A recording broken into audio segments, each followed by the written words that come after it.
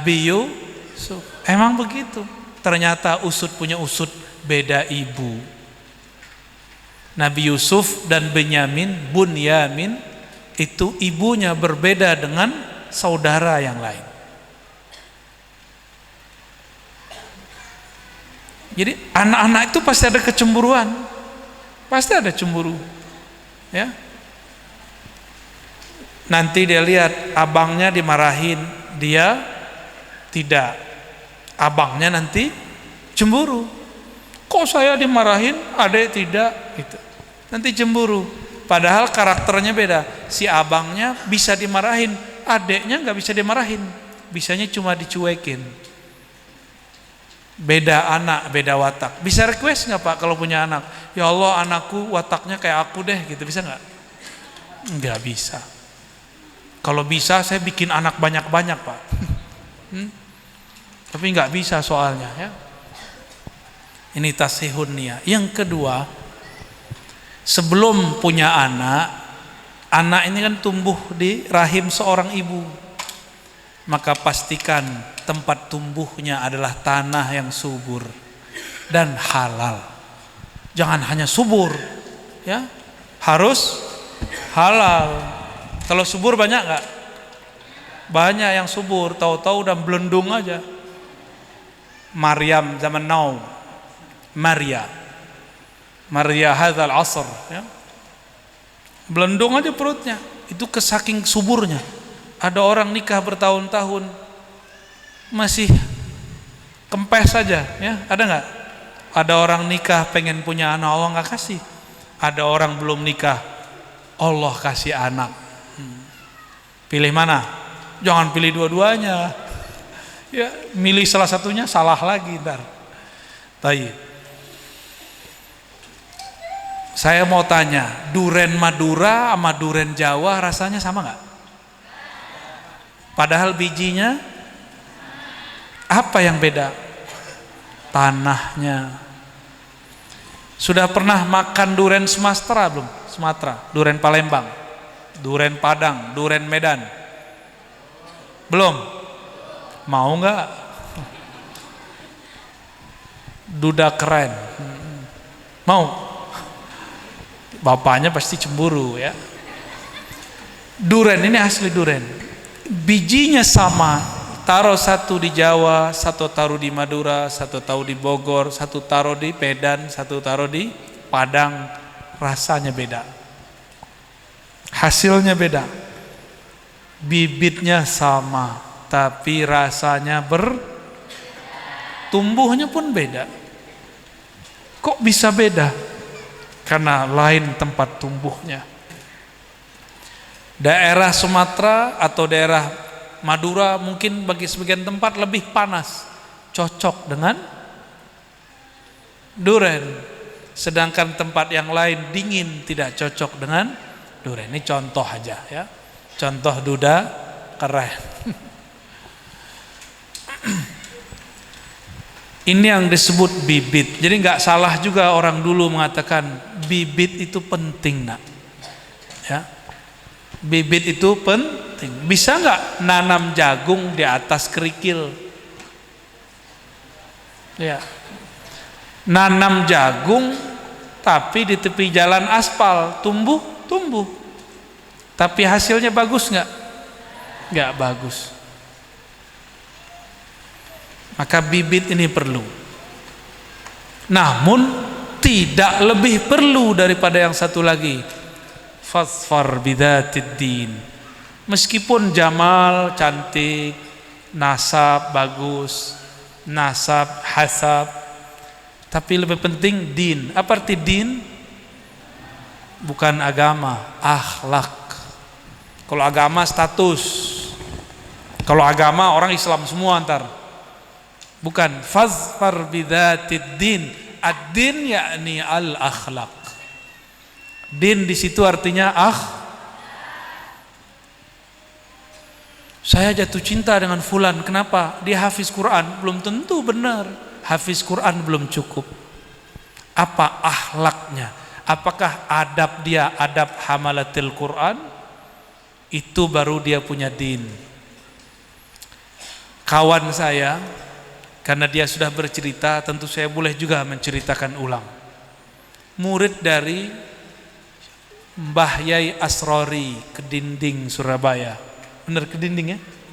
Seorang pemimpin thariqah, ahli zikir, sangat tawadhu. Beliau punya murid, sahabat saya, tobat, udah nikah berkali-kali gagal. Maka datanglah kepada Mbah Yai Asrori, Mbah Yai, saya pengen nikah lagi, tapi sama yang solehah. Ditanya, solehah kayak gimana? Ya hafizah lah. Dia cuma hafiz kulhu sama kul a'udzu falaq kul a'udzu bin nas. Mau cari yang hafizah Al-Quran. Sekufu enggak? Sekufu enggak? Enggak. Bahaya soro diem. Enggak restu. Enggak restu beliau. Salah coba. Tiba-tiba ada perempuan yang juga cantik tapi tidak hafizah, sukanya seperti perempuan anak kota, nge-mall ya nge-mall, jalan-jalan ya jalan-jalan, bisa nyetir lagi, apalagi pakai motor. Ini bisa pakai motor nggak? Nggak boleh kan? Nah, di sini khawarimul mur'ah ya, perempuan bisa naik motor, udah mulai ada. Oh berarti mah deket kiamat. Orang Madura, perempuan Madura kalau sudah naik motor berarti kiamatnya udah dekat. Bukan berarti haram, bukan. Karena Nabi berbicara ciri-ciri kiamat sudah dekat, perempuan mengendarai kendaraan. Saudi sudah tidak haram, ini cuma ciri-ciri aja. Enggak haram kok, cuma ciri-cirinya.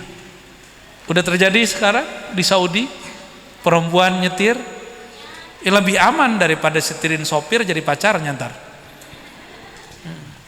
Mending nyopir sendiri. Tapi itu ciri-ciri sebelum kiamat mau dekat. Yang saya tahu orang Madura ini perempuannya pakai sarung, bener ya? Kalau sarung naik motor gimana tuh? Nyangkut nggak tuh? Gawat, kalau jatuh lepas semua. Orang mau bantu nggak jadi bantu, malah kemudian nonton.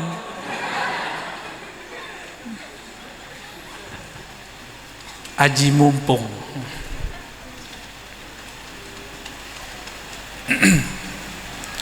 Kembali ke yang tadi ya. Kita stop dulu lah bagian itu ya. Ini tulisannya bagus nih. La bini. Tidak ada bini.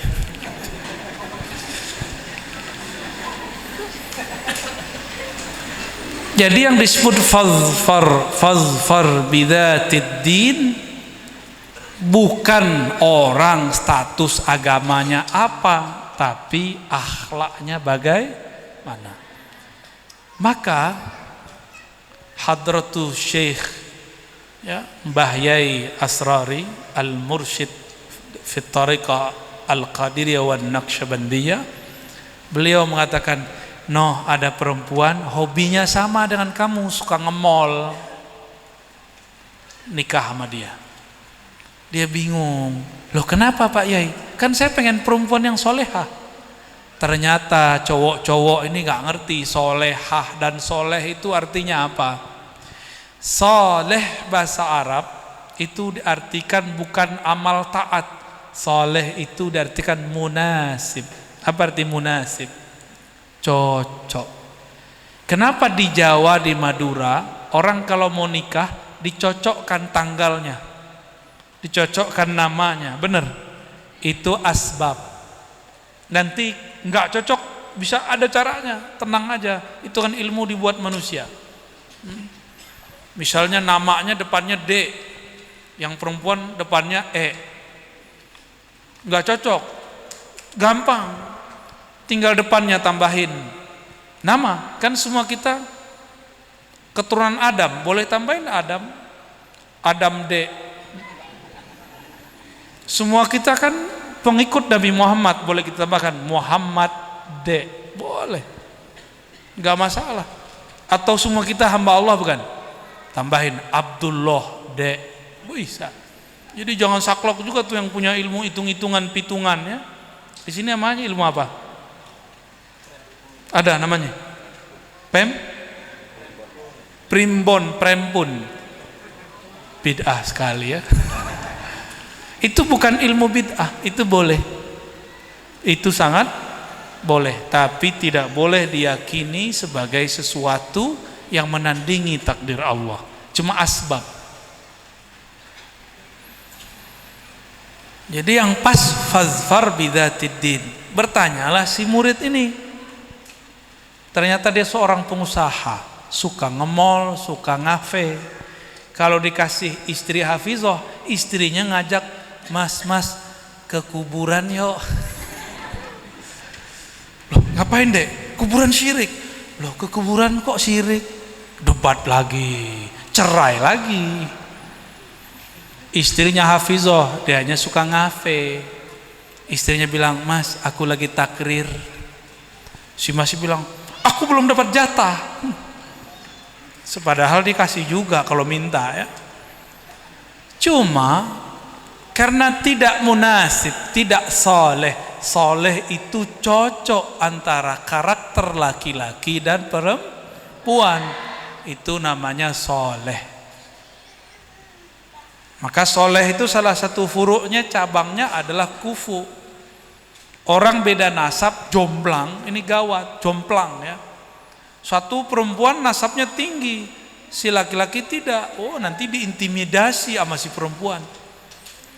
Suami-suami takwa kepada istri. Minal muttaqin, hudal lil muttaqin. Kebetulan namanya Hudal. Nama istrinya Roiba. Baik. Jadi yang disebut soleh apa? Cocok. Jangan sampai yang hafiz mintanya Tapi kalau hafiz boleh yang minta selain hafizah. Wah, ini enaknya ya. Jangankan itu, seorang muslim boleh menikah dengan ahlul kitab karena dia pemimpin keluarga, dia bisa membimbing. Itu baru enak jadi laki-laki ya. Yang paling enak tuh jadi laki-laki Madura, bisa ziyadah biduni iznin. Enggak juga, golok nanti keluar di rumah ya, keluar doang untuk motong bawang. Baik. Dan yang berikut yang penting adalah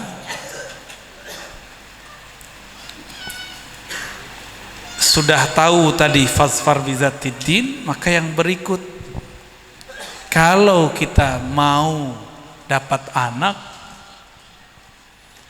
harus menggunakan adab-adab Nabi sallallahu alaihi wasallam. Nabi itu kalau anaknya yang bernama Qasim besar, itu agak sedikit lincah itu. Kalau bahasa anak orang sekarang apa? Anak yang aktif itu. Hiperaktif lah ya. Gak bisa diatur. Itu Qasim. Kecilnya itu lincah. Namun karena takdir Nabi Yuna Muhammad sallallahu alaihi wasallam, maka Muhammadun aba ahadim min rijalikum, maka anaknya diambil. Jadi Nabi ini punya anak yang aktif. Enggak ada di Qasim, ada di anak Sayyidatuna Fatimah, Sayyiduna Al-Hasan, Sayyiduna Al-Husain. Ketika Nabi sedang khutbah, ini khutbah bukan ceramah, anaknya naik ke mimbar, anaknya bergayutan di kaki Rasulullah. Akhirnya Nabi turun dari mimbar, gendong anaknya, lanjutkan khutbah. Sayyiduna Al-Hasan, Sayyiduna Al-Husain. Tapi saya heran kok di kitab fikih ini tidak dibahas. Kok di kitab fikih ini tidak dibahas? Seharusnya ada pembahasan itu di kitab fikih. Ya. Apakah kalau turun seorang khotib batal khutbahnya? Kan gak ada kan pembahasan begitu? Malah kalau tangan gerak-gerak ustadz-ustadznya pada ngulang sholat, kan sombong amat itu. Ya, cuma gerak-gerak tangan dia jadi anggap batal. Itu cuma makruh bukan batal. Jangan terlalu sombong dengan fikih kita yang saklek itu. Ya. biasa-biasa aja. Fikih itu ciri-ciri orang faqih, ya'lamul khilaf. Dia mengerti perbedaan. Semakin orang faham fikih, semakin dia toleran. Semakin orang jahil dengan fikih, saklek, dia gampang menyalah-nyalahkan orang. Beda dikit ulang sholat, beda dikit ulang zuhur. Ada yang begitu nggak? Saklek, banyak orang begitu hari ini. Belajar kitab kuning bukannya tambah putih otaknya, tambah kuning otaknya ya. Ini prihatin juga saya melihat fenomena santri, tapi kok tambah saklek ya. Kembali ke yang tadi. Jadi kalau sudah bagus dinnya, sudah soleh ya, sudah cocok, maka kalau mau bikin anaknya harus sesuai dengan sunnah Nabi Sallallahu Alaihi, ya harus hafal doanya lah ya enggak. Cuma doanya nanti belajar di kitab apa namanya, pura-pura nggak tahu. Saya malu nyebut nama kitabnya ya. Nggak cukup itu teori, itu teori, itu nggak mesti juga seperti di kitab. Yang penting kan sudah halal, itu cuma anjuran. Nggak begitu juga boleh ya. Kalau anak sudah muncul di perut, ternyata inilah awal mulai memasukkan karakter pertama buat anak. Ini anak saya 2. Ini saya belum berarti berhasil ya didik anak, ini pasti proses. Tapi karakternya beda tergantung apa yang saya lakukan waktu ibunya hamil. Yang pertama, ibunya suka zikir khafi untuk menenangkan si anak. Ini lincah ini, aslinya dia jalan-jalan terus ini, yang gede. Disuruh zikir khafi. Tapi di sela-sela hari-hari tertentu, ibunya dia suka musik yang agak sedikit kenceng, ngerok. Udahlah pakai rok panjang, ngerok. Saya orang yang sukanya seni-seni musik yang halus, sedangkan dia sukanya yang kencang. Sampai hari ini kalau ada musik kencang, dudak, dia bilang, Bi, jangan matiin Bi. Radio, kita kalau nyetel radio di mobil, terus ada bunyi musik yang kencang, langsung badannya gerak deh itu. Kalau saya telinga saya langsung capek ya. Aduh, udah istighfar berkali-kali, dia malah menikmati. Jadi itu berpengaruh apa hobi orang tua waktu ibu waktu hamil. Pada mau hamil kan ini? Yang sudah pasti ingat-ingat tuh apa hobi kita ngaruh kepada anak. Ya. Yang kedua, istri hobi baca hizib. Hizibnya dibaca, baca Quran, khataman Quran, dalail. Tahu dalail khairat? Ya, ini anak dalail ini.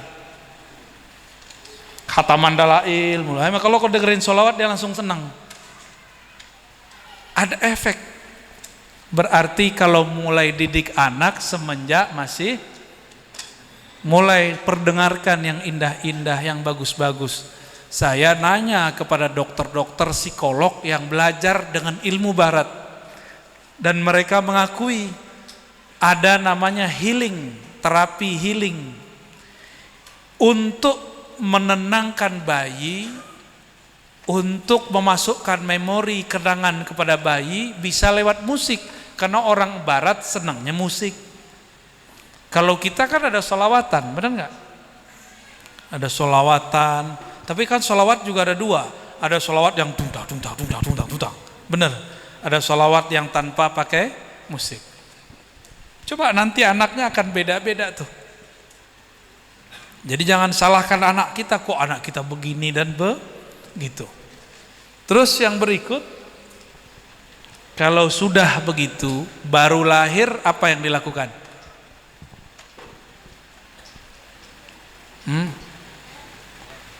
Diapain baru lahir? diajak tarung. Wih, jagoan. Emang anak kambing bisa langsung berdiri? Yang bisa langsung berdiri anak apa? Anak kambing, anak kucing bisa langsung berdiri ya. Walaupun goyang-goyang. Saya nyaksiin kambing saya dulu lahir. Dulu saya juga anak yang suka merawat kambing. Dan juga dulu seneng sama anjing. Dulu seneng karena di kampung saya orang suka berburu. Kita nggak suka burunya, suka yang dijadiin buruan.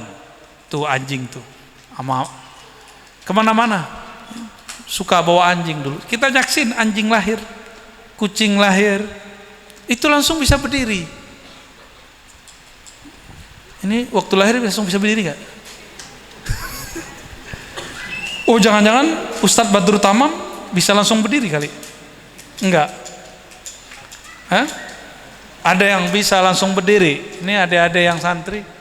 Dulu waktu lahir ingat gak? Ada yang ingat gak waktu lahir? Gak ada yang ingat.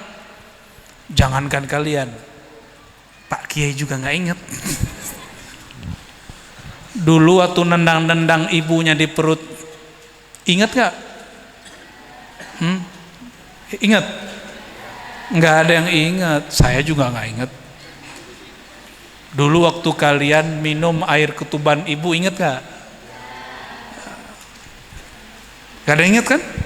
Sama, kita gak ada yang ingat. Memori ini sangat pendek, tapi dia pasti tersimpan. Karena tubuh kita ini setiap selnya bisa menyimpan kenangan. Di hidung ada kenangan, contoh. Kayaknya yang pernah ke Jakarta deh. Ustadz Ali pernah jatuh cinta perempuan kan di Jakarta? Ya, pernah ya? Atau senang aja. Dia ada parfum khusus nggak dia? Nggak suka parfum katanya. Ketahuan hidungnya, hidung Korea. Kata Ibnu Qayyim dalam kitab Raudhatul Muhibbin, kitab ini aman dibaca. Hidung itu punya memori terhadap aroma bau. Bau ketek tuh. Wah, ketek dia nih. Bau apa lagi? Bau parfum. Bau parfum itu bisa membuat orang melayang kemana-mana. Nah, yang pernah dulu punya hubungan dengan seseorang, pasti kalau dekat-dekat sama dia, entah bau ketek, entah bau apa itu semerbak baunya akan tertanam di sini, nggak akan hilang.